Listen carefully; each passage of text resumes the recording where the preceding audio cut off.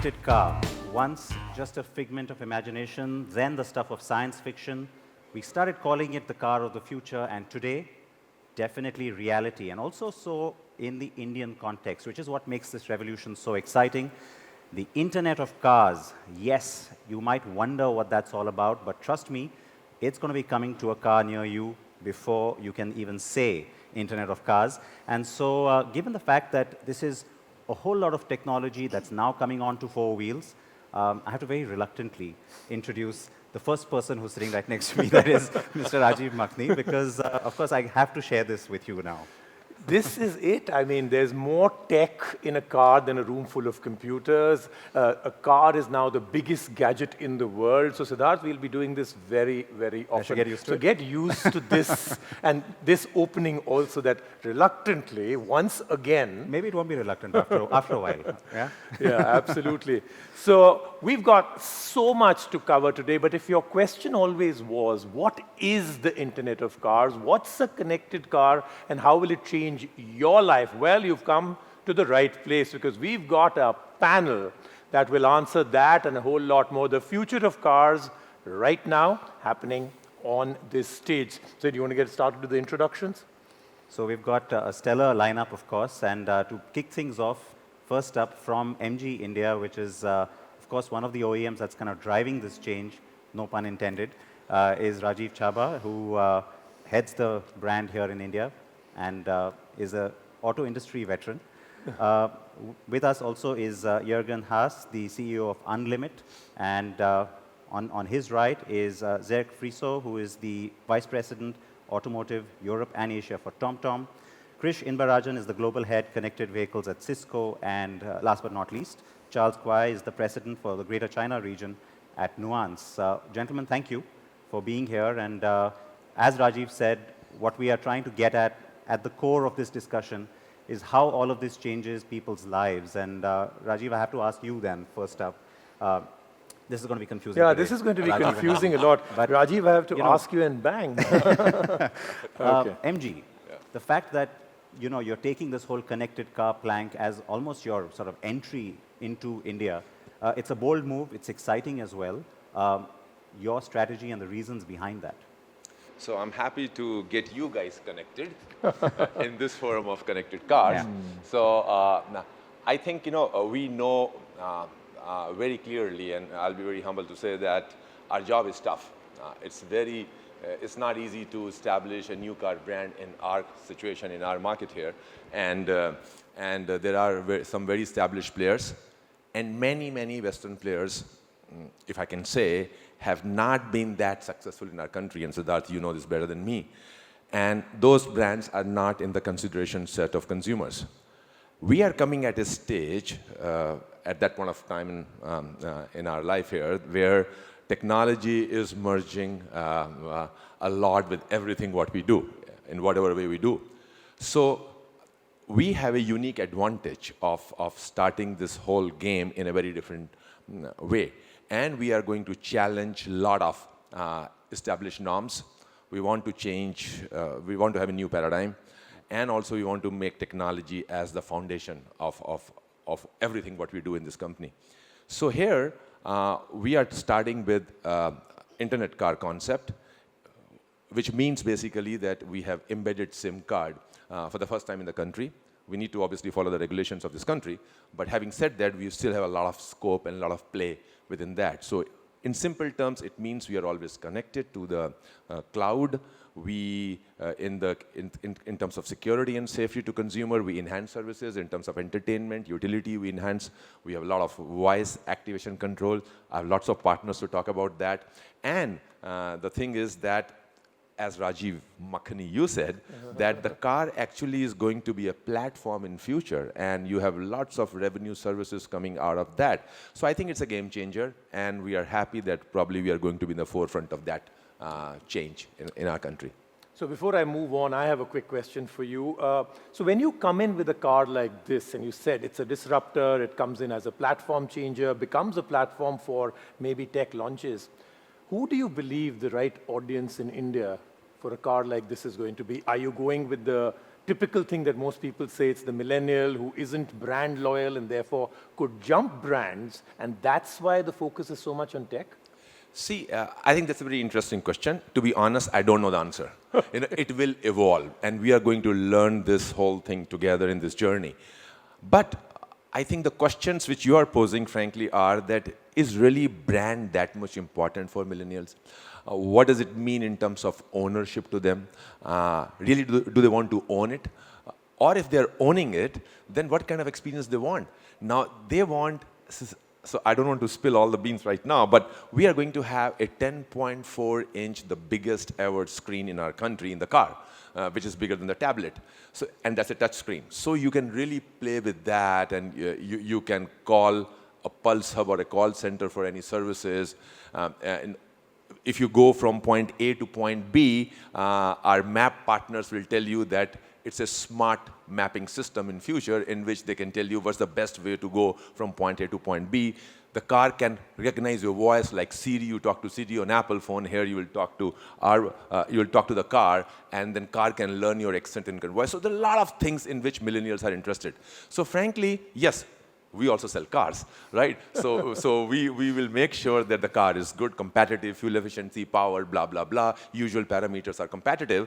But I think this will take the whole car experience to a new level, in my opinion. So I don't know exact all the answers right now, but I think I'm happy that we are in the forefront and we are initiating this change. Yeah, you've got to get used to Hey Hector, I think, instead of Hey Siri Hector. now. Right? So before we get down to having a more detailed conversation with everybody on the panel, may I ask all of you in a very short, maybe sentence or two. So one of the things you'd said at some point in an interview was that 5G becomes really the big deal. I mean, with its low latency and what all it can do, the magic of 5G. But in India, we may be a little away from 5G. In fact, you've said that you don't expect it to be out very, very soon. So does that make things slow down here, or are you very confident with the SIM card and everything else coming built into the car? Is that something that will take things forward much faster? First of all, the architecture is allowing exactly this migration to the next generation for 5G. And for sure, 5G is a world changer in principle. All the new services which are coming up. But I personally believe 5G is more a long term, because it's not only you have a much more bandwidth for streaming services, right. You have car-to-car communication, but these new services will come up like the same like we have seen on the smartphone. New services are coming up again and again and again. It's more a journey than it's a big bang and 5G is there, all the services are coming up. But they are in the future based on 5G. But you're right, it will take a little bit time before 5G is coming to India. But that's not critical. Let's start with 4G and going ahead. Great, so that makes it so much better that we don't have to wait all the way to 5G. What about you? What is the role your company is playing to bring out the Hector? Yes, Tomtom is a pioneer in location technologies. With MG, we work on making the navigation system in the car daily relevant. And what does it mean is that you often know where to go from A to B. But our system, being connected in the car, really helps you along the route. Find the best place to get a coffee, or to avoid a traffic jam, or there's roadworks. The infrastructure in India is changing so much that it's really important to have a fresh map on board. And we are launching with MG IQ Maps, which is a way to keep your map up to date, really in the car. So the driver doesn't need to do anything to get that done. So it's the world premiere actually with MG here in India. So we're very proud to do that. That's very exciting. Okay. And the interesting thing here is that a lot of that experience, which started with just simple plain vanilla navigation, then kind of moved to the smartphone because of real-time updates, especially traffic, is now moving back into the car. It's moving back into the inbuilt space, and that part then makes it better from a user experience point of view, I'm guessing. Absolutely. So, like I said, daily relevance is very important, but people will only use the system if it's easy to use, if it's intuitive. And we proved over the years that we can make that happen. And your question about autonomous driving, right? More that kind of technologies, that will mean that the technology needs to be in the car. Yeah. Right? Because you don't want to rely on your smartphone to drive autonomously in some way or form, right? So that's why it's also important to have the partners next to me, to make that happen. Actually, together we can bring that great experience to the Indian driver. So no more propping up your smartphone and then for it to fall down on the floor and then you end up at a completely different destination, right?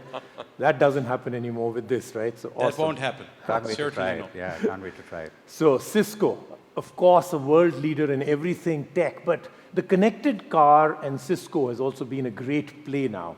Can you take us through what kind of Cisco technology are we seeing inside this car? Thanks, Rajiv. So the Cisco technology we're really talking about was an acquisition that Cisco made around 3 years back in March of 2016. And it was a company called Jasper. It's a software company which effectively works with wireless operators around the world. And we currently support around 40 million cars. You started off saying it's about connectivity. I actually met the persons at MG in Detroit. So this was around 2 years back. It was through connections. We ended up meeting there, and then I was able to connect our partner in India, Unlimit, to them, and that's how the journey started. So we're able to kind of leverage the 40 million car experiences that we've got with literally billions of miles driven to figure out what not to do, more importantly than what to do. Okay. Because at the end of the day, a car it's essentially it's almost your second or your third place where you stay, right? Your home, your office, and your car. Yep. And it's important for you to feel comfortable and also safe within that. The Indian context is slightly different from most of the rest of the world because autonomous vehicles already here, meaning you have chauffeurs who are driving your car. So you actually have the ability for you as a person who owns the car actually not to really drive. Mm-hmm. So autonomous is actually here much ahead. But how do you then configure that experience within the context of India was how I've been able to learn about this. Connected Car, by the way, was actually brought me back to India to learn about the market. And through then, it's been a journey about how to transfer what's happening in different markets around the world to soon what's going to be the third largest new car sale market in the world in another 2 years. So very happy that Cisco, we'll be able to provide secure connectivity, real-time visibility, and innovation that can get what Rajiv was talking about from a platform that MG is building. Okay. So I'm going to use that, by the way. Yeah. I'm going to use that line about autonomous. I was about love to it. say, yes, that is such a... So Please listen, don't patent it. Yeah. you heard it here first. India is the first country in the world to have almost all autonomous Truly. cars without the technology that you're really thinking about. I think that's a very interesting one to say. So, before we get down to what Nuance is doing for the Hector, you and I were having a chat off this platform, and you came up with a very interesting example of what tech can do for a car brand, and you were telling me about an example in China. Could you just tell us that story before we get down to the nuance of Hector? Okay. Well, so Rajiv, thank you for that question. Just real quickly, Nuance is the leader in conversational artificial intelligence globally. So anything that deals with speaking, listening, reading and writing, and cognitive. And back in 2015 and 16, we partnered with Psych Motors, which is one of the largest automakers in the world, parent company of MG. And we had a concept of how to actually invent an internet car. I like to call it internet mobility solutions. And with that, we launched the first internet car. It's Ni Hao Ban Ma, basically, on the Roe, which is the Chinese brand. And there was so much excitement, a lot of digital media excitement. What surprised us the most was prior to this car's launch, most car makers recognized that the brand or the quality or the safety are the top 3 reasons why a consumer would buy a car. For this particular car, actually the brand, quality, safety did not rank number 1. Ni Hao Ban Ma ranked number 1 as for why the reason these consumers chose this car. And this car became the hottest, number 1 selling SUV vehicle in all of China. Oh. We hope to repeat the same thing here with our partners at MG. And what we have provided here is what we call the version 2.0 of what we've actually launched in China. So what we're seeing is in emerging markets like China, which is the world's largest automaker market in the world now, number 1, twice as big as the US, India being the fastest, tends to leapfrog what the West has. So we don't have the legacies that what we had in the West. We're able to leapfrog, and the millennials and the younger generations were born with mobile phones on their hands. We're born with apps on their hands. And now with basically the experience shifting, Rajiv, like what we talked about, it's all about the experience, right? Charles, I have to ask you, one of the reasons in the car space especially, voice commands haven't quite taken off like they have in some other parts of the world, of course, is the accent. I mean, that's one of the limiting factors. How different will this be from not just understanding the accent, but also being more intuitive to it, because it also has to work with things like maps. I mean, there are some places we can't pronounce sometimes. That's a great question. So unlike platform, what we have built here is what we call a hybrid architecture. It's both embedded and cloud. And we learned this from China, and we've actually started perfecting this in India. We know that the reliability of the network is unpredictable. So what we've moved a lot of the usage cases onto the car itself. So it doesn't really require internet connectivity. It gives you lightning speed, very quick response, and actually it's a better user experience. On things that need live traffic data, whether it is media or traffic or others, we tend to connect with the cloud. The second thing is we realize that even though we're launching this in English, Indian English is very different. The way that you pronounce P and B are different. So we actually rebuilt this thing with our team in China because we recognize that in our team in China, there are different accents. There are different accents in India. So this is the first Indian English language pack in the world that we're launching here with MG. Hopefully, it actually responds very well with the Indian consumers. To make sure that this thing worked very well, we actually sent our user experience experts to travel with the MG team here in India. They're actually here. And we've also hired many of the Indian interns who are actually studying in China to rigorously test this thing. So we're quite excited about this. So, of course, the most important thing that will happen is, what will I be able to do with my voice in a car that I've never been able to do before? There's so much you could do. So first, I consider a great product is a product that you can think about it, you can use it, and you can't live without it. So now we're actually thinking about it. The usage cases is where we're going to be traveling the journey in about the next 3 years. And after 3 years, I think that question will become, I can't live without it. In the car, the most important thing is what I call navigation of the content. So, for example, if you want to pick a restaurant, you may say, find me a restaurant nearby. Or maybe your wife may say, I'm hungry.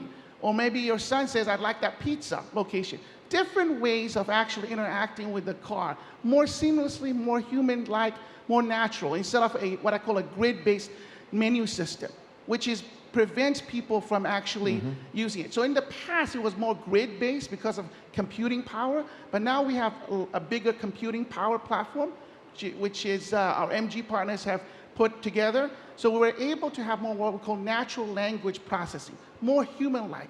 The second thing is we're going to start building what we call a button-free. So you can actually control the car just from your voice. Opening a sunroof, opening a window, turning the radio to a certain location, dialing up your air conditioning. So what I call a button-free. So imagine like when Steve Jobs started the iPhone, he insisted no keyboards. So imagine if you have no buttons in your car, what would your car interaction experience be? It's very, very rich. Further beyond that, we are actually in process of building what we call roadmaps with our partner here, where we will add features like voice biometrics, which allows you to personalize the car. One of the most difficult things for me is when I go into my car, I'm about 6'1". My wife is like 5'1", so she always changes the seat. So imagine if you go in and say, hello, MG, boss number 2 is in the car, everything gets readjusted for you. Very clearly. You meant yourself, right? Boss number 1 would always be her. Yeah, very clear. Boss number 1 is her, boss number 2, of course. So these are the experiences that you could have. It's all about the user experience, the usage case, probably less about technology, in my opinion, although we are a technology-based company. interesting. So I have to tell you, the real question he was trying to ask is, will the car sound like himself? You know, he'd love to hear the sound of his own voice. Yeah, can it? No, I think that would be actually frightening. That's too I much. speak to the car, It's- and the car speaks back to me in my voice. No, that really would be scary. frightening. As But the long as it cool doesn't speak part back is, to me in his voice, it's all good. but the cool part is that he said that I can now order a pizza by talking to my car, and most probably in a few years, then my car will go on its own To get and it? get the pizza Yeah. back for me, right? So You know, that's what we're looking forward But to. that's where we are going with this. And I would like, Krish, for you to give us not necessarily a Cisco view on this, but more like a technology industry view on this. Today we're talking about how you are going to be speaking to your car, the car is going to talk to you. Very soon it's going to be about cars talking to each other as well. So how much of what you are putting in place today in terms of the framework of this technology needs to almost become universal, needs to be brand agnostic after a point so that it becomes an easier network of cars, as it were? So again, let me talk about the first thing that also MG is doing with Hector. Safety is a very fundamental part of a vehicle overall, right? So that you're a car guy, Obsessed with that right? topic, You're a tech guy. But regardless of that, safety and lives are very critical.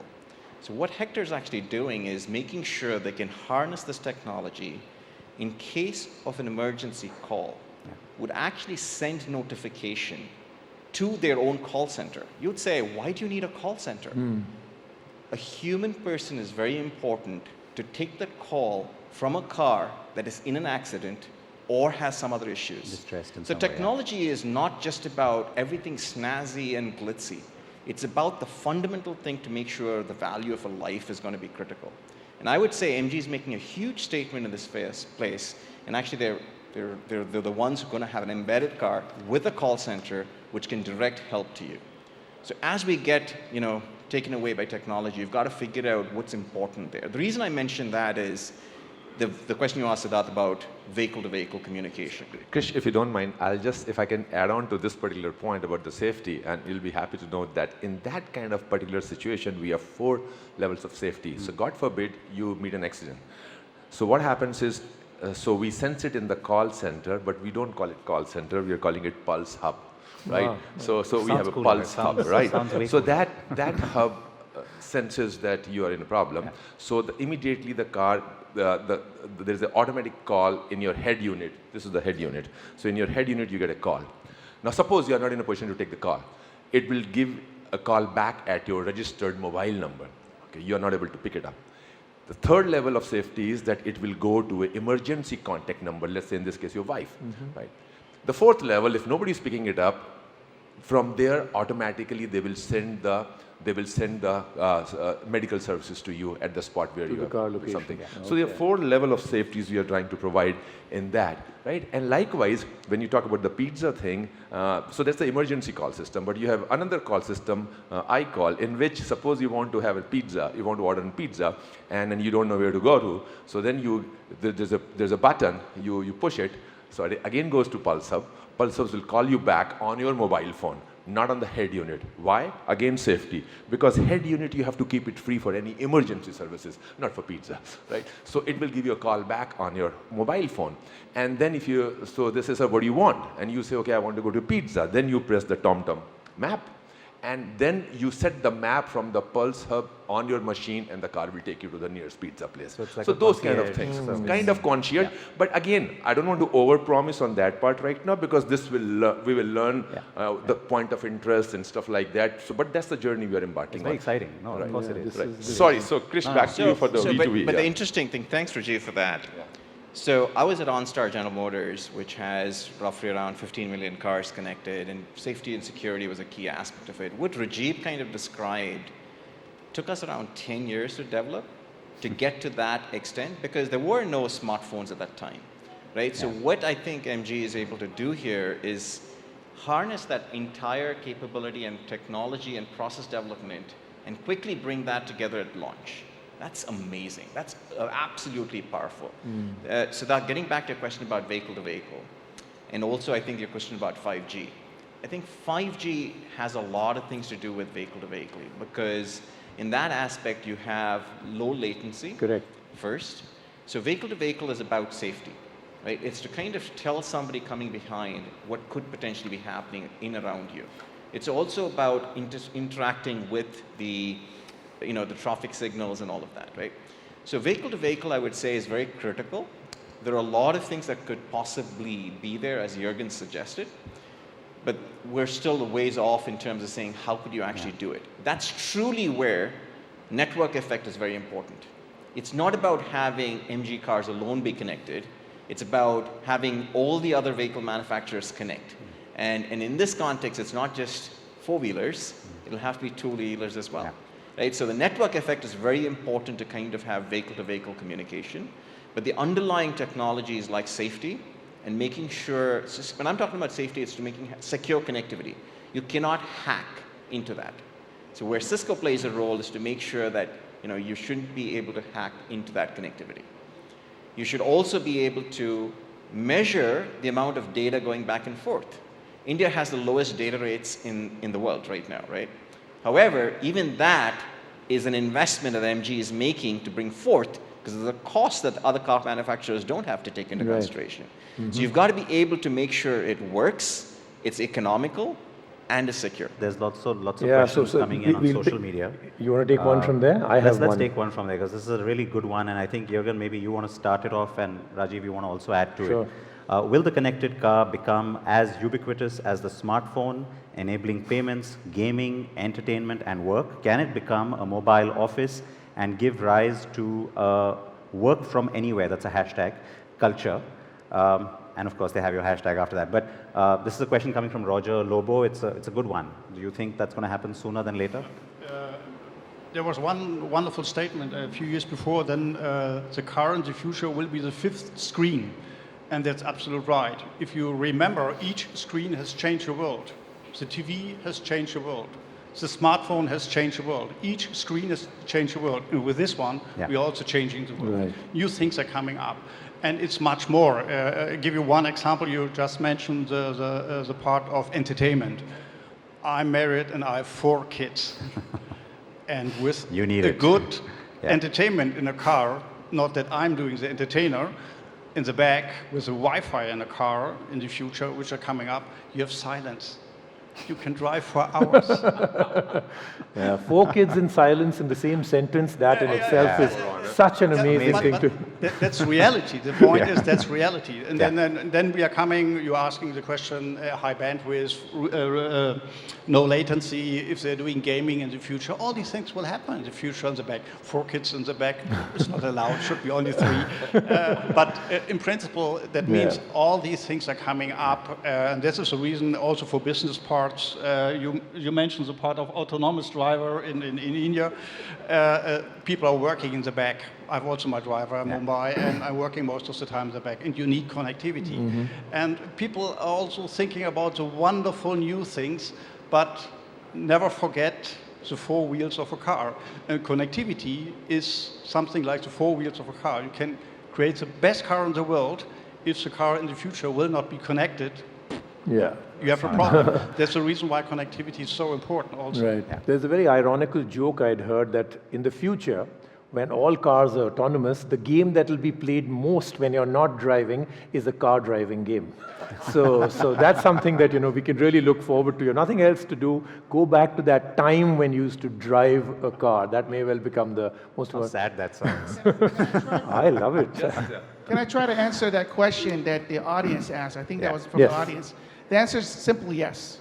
Because if we see leading markets like China, that's already happening, where you can actually park your car, you can pay for it, you can actually fuel your car, you can pay for it. And I think with India, with MG, that will be possible. There may be some additional infrastructure, connectivity, and also what we call the franchise of these parking locations, aggregating it together. But if there is a lead indicator, what we partner with the MG of China, this is definitely the trend. If I can a little bit stretch to make a statement, we are 5G enabled right now in this car, right? So now we start with next gen smart system, let's say software version 1, like you say iOS 1. And then within few months we'll have version 2, 3, 4, 5, 6. So this is how we'll proceed. as you go forward and more of these services keep getting integrated, payment especially, how important is it to then also have, of course you have to have the strong data network, but when you talk about the embedded SIM, what part of that service then becomes, let's say, customizable for the consumer? You know, you want to use more data in your car. Hopefully we'll have Wi-Fi hotspots. So good question, very good question. See, again here, please don't get sick of my statement that it will evolve and we'll learn together, but actually that's the point.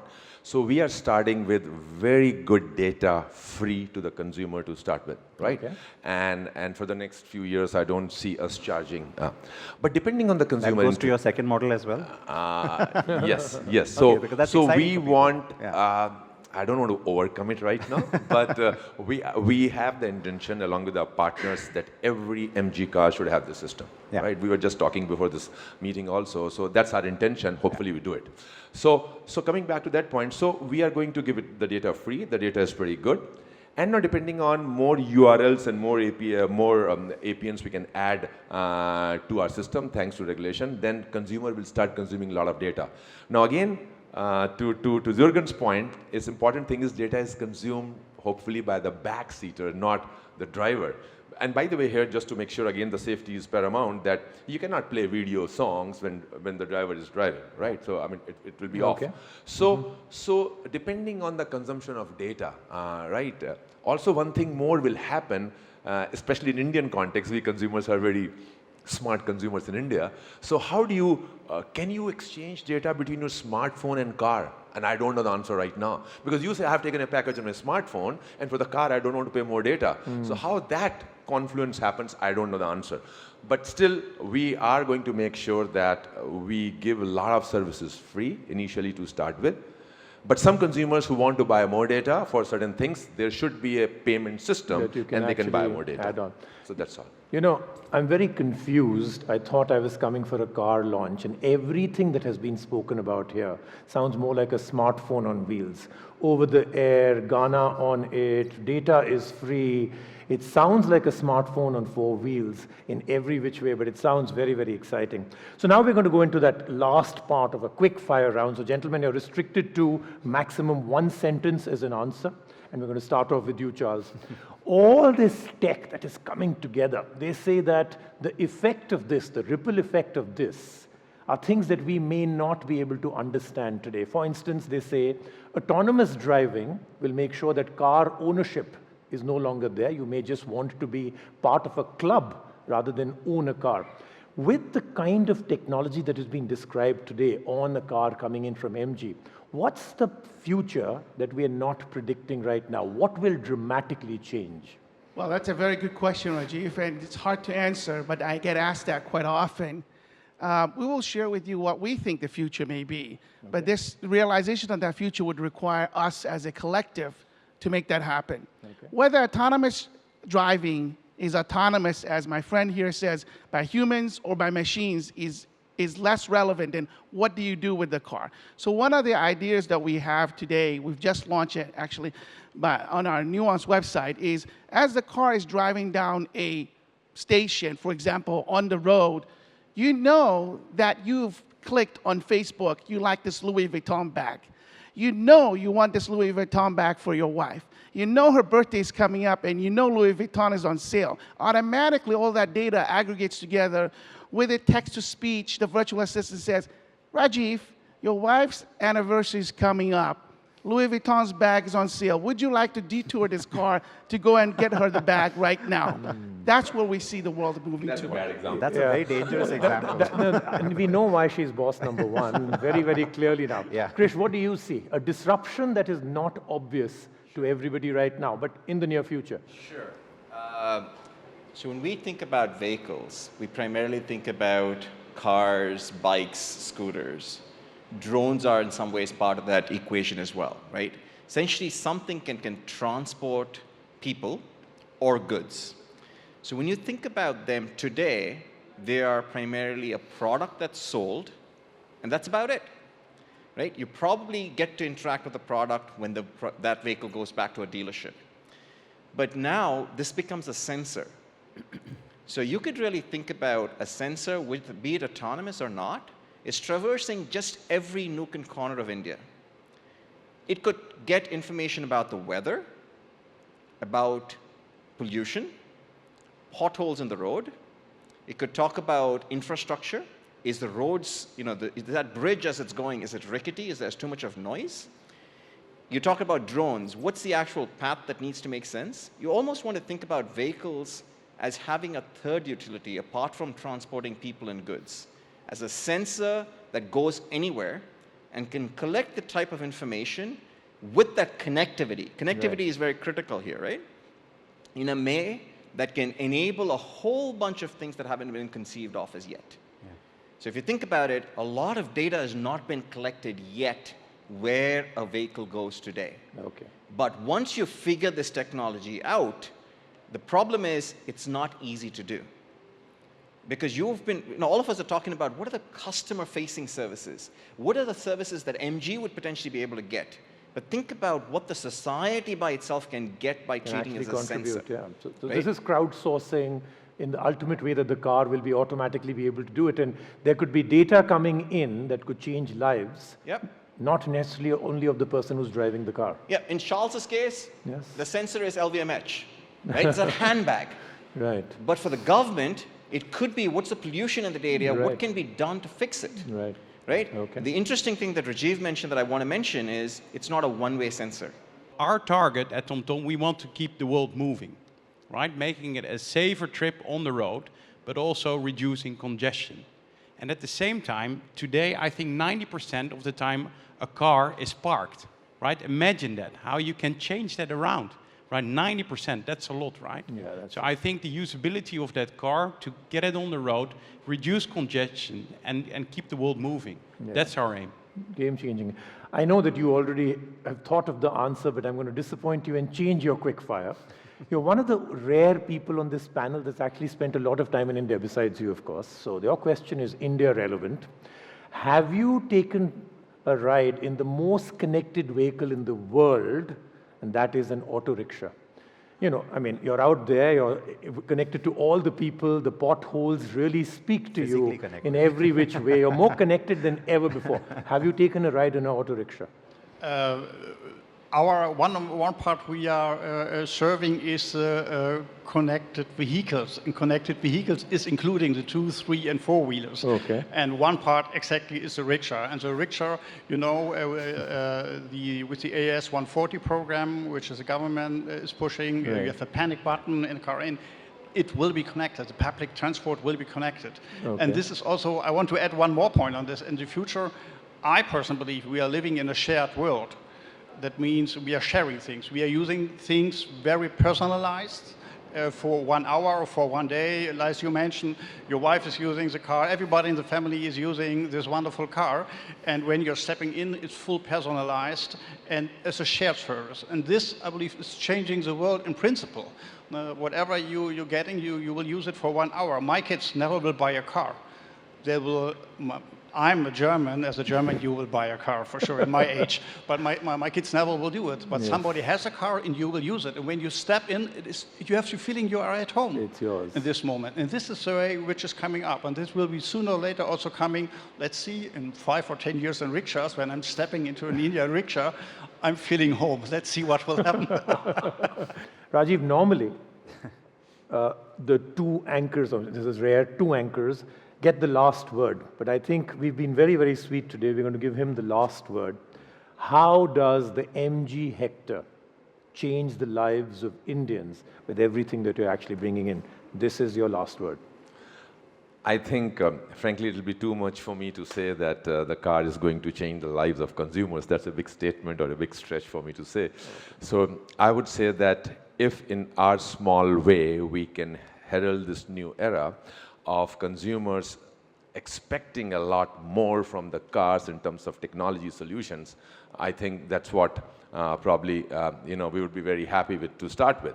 That we think that we need to democratize the technology. We need to bring technology at an affordable price. It's very important, one point which I'm sure some guys will talk about, is that how do we bring this Indian narrative or the Indianized version of this technology in Indian context. As an example, we talk about connectivity, we are excited about 5G. Let's not forget we have 2G and 3G also, right? So when we take this car to locations with 2G and 3G, how does this whole thing work? Right? Accent, we talk about it, and we know the Indian challenge is much more. It's not one Indian accent. Right. We have thousands of Indian accents, right? In MG, we are trying to bring all this technology in the Indianized way in the most affordable rates possible. Okay. And on that last word. All right. So firstly, thank you to all of you for sharing those thoughts, giving us the details that I think a lot of people really did want to hear. And Rajiv, thank you as well. Thank you very much. I'm ready for the car of the future, so this is looking it. It is very exciting times, and I can tell you what, keep your kids entertained and silent in the back seat. Find the most efficient, fuel-saving route to your destination. Keep your spouse happy with the right gift choice. All of that is happening soon. Your lives are about to change. Thank you for watching.